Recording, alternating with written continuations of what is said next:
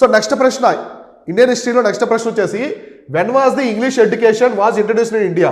So ఆంగ్ల విద్య మన భారతదేశంలో ఆంగ్ల విద్య, ఇప్పుడు మనం ఇంగ్లీష్ మాట్లాడుతున్నాం కదా, ఈ ఆంగ్ల విద్యని ఎప్పుడు ప్రవేశపెట్టారు, ఏ సంవత్సరంలో ప్రవేశపెట్టారని చెప్పేసి అడుగుతూ ఉన్నారు. సో 1765, 1778, 1835, 1885. సో ఆన్సర్ వచ్చేసి 1835 అనమాట. సో 1835లో విలియం బెంటిక్ అనమాట. So Indian governor general, so భారత గవర్నర్ జనరల్ వచ్చేసి William Bentinck. So William Bentinck మన భారతదేశంలో ఈ ఆంగ్ల విద్యను ప్రవేశపెట్టాడు. సో ఆంగ్ల విద్యను ప్రవేశపెట్టాడు అనమాట. అప్పటి నుంచి మన భారతీయులు కూడా ఇంగ్లీష్ని అభ్యసించారు. సో ఇంగ్లీష్ భాషను అయితే నేర్చుకున్నారనమాట. నేర్చుకుని ఐసీఎస్ ఎగ్జామ్స్ రాశారు.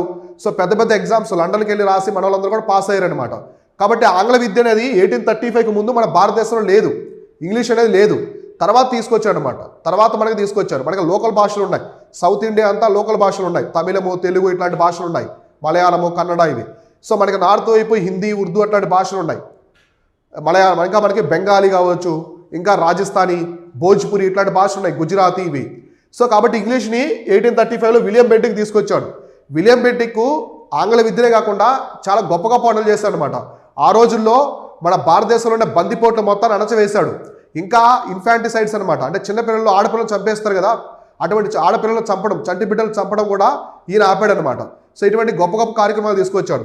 ఇంకా ఆయన రాజా రామ్మోహన్ రాయ్తో కలిసి సతీ